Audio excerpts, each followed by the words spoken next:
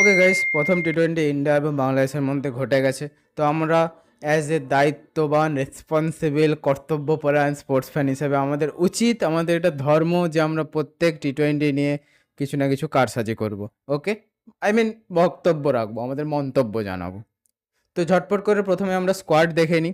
স্কোয়াডে ইন্ডিয়ার তরফ থেকে দুটো নতুন ডেবিউটানকে আমরা দেখতে পাই।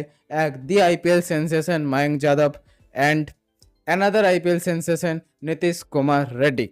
এর সঙ্গে সঙ্গে ওপেনার হিসেবে ছিল সঞ্জু স্যামসন, অভিষেক শর্মা, ক্যাপ্টেন স্কাই, হার্দিক পান্ডিয়া, রিয়ান পরাগ, রিঙ্কু সিং, বরুণ চক্রবর্তী, অর্শদীপ সিং।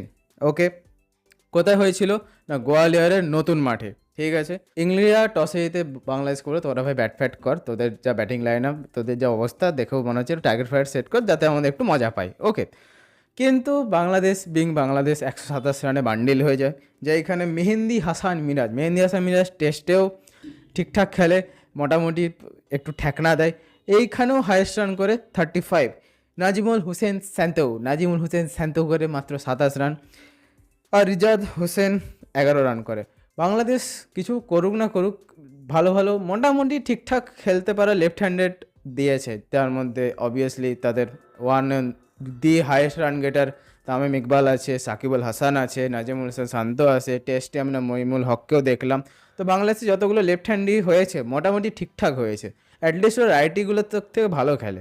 রাইটির মধ্যে মুশফিকুর রহিম কী করে হয়ে গেলো কে জানে। যাই হোক, ইন্ডিয়ার তরফ থেকে যদি আমরা বোলিং দেখতে চাই, প্রথমেই আমি বোলিং বলতে একজনের কথা অবশ্যই বলবো, সেটা হচ্ছে দি ডেবিউটান মায়াঙ্ক যাদব। ঠিক আছে, বাংলাদেশিরা ওদের যে কী যেন নাম ছিল, রিয়াদ হাসান না কি, ওই প্লেয়ারটা যে লম্বা করে যে নাকি 145-এ বল করছিল, ওই গোয়ালিয়রের কালো মাটিতে 147-এ বল করছে। একবার শুধু ভেবে দেখ যে একে যদি পার্থে নামনা হয়, বিজিটিতে যদি নিয়ে যাওয়া হয়, যদি, আমি জানি না নিয়ে যাওয়া হবে কি হবে না, I have no idea, but যদি নিয়ে যাওয়া হয়, প্রথম টেস্ট আছে পার্থে।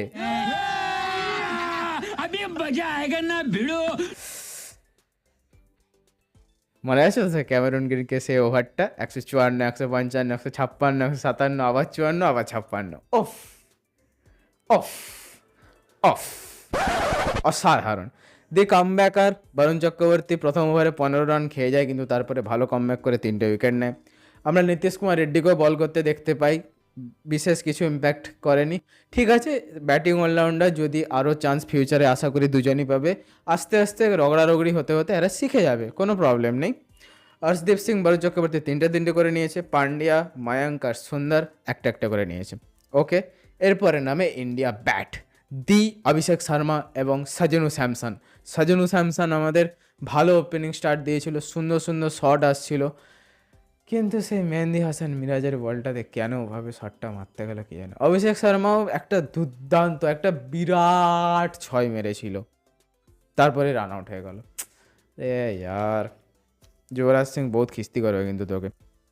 স্কাই এসে তাণ্ডব শুরু করেছিল, এদিকে 6 সেদিকে 6, পিছন দিকে 6, স্কোয়ার লেগের উপর দিয়ে 6, সব করছিল, কিন্তু সেখানেও আউট হয়ে যায়। মুস্তাফিজুর এর বলে আউট হয়ে যায়। ওকে, কিছু করার নেই, কোনো ব্যাপার না, একদম সোজা মানে মেরেছিল, একদম সোজা হাতে গিয়ে বলটা চলে গেছে। মুস্তাফিজ একটু এপাশ ওপাশ হলে ওটাও 6 হতো, কিন্তু ঠিক আছে।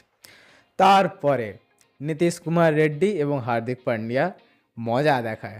হার্দিক পান্ডিয়া বললে ভুল হবে, हार्दिक दी सैवेज पांड्या, ওই যে নো লুক শটটা পিছন দিকে, आहा हा, भाई का स्वैग देख रहे हो ना, ऐसे ही खेलते हैं भाई, दिखा रहा है कि तुम लोग कहाँ पे हो और हम लोग कहाँ पे है। ठीक है, कोई बड़ी बात नहीं है। हम हिंदी का ना बोलছি, যাই হোক, भावनाओं में बह जाता हूँ गाइस, भावनाओं में बह जाता हूँ, समझ जाओ।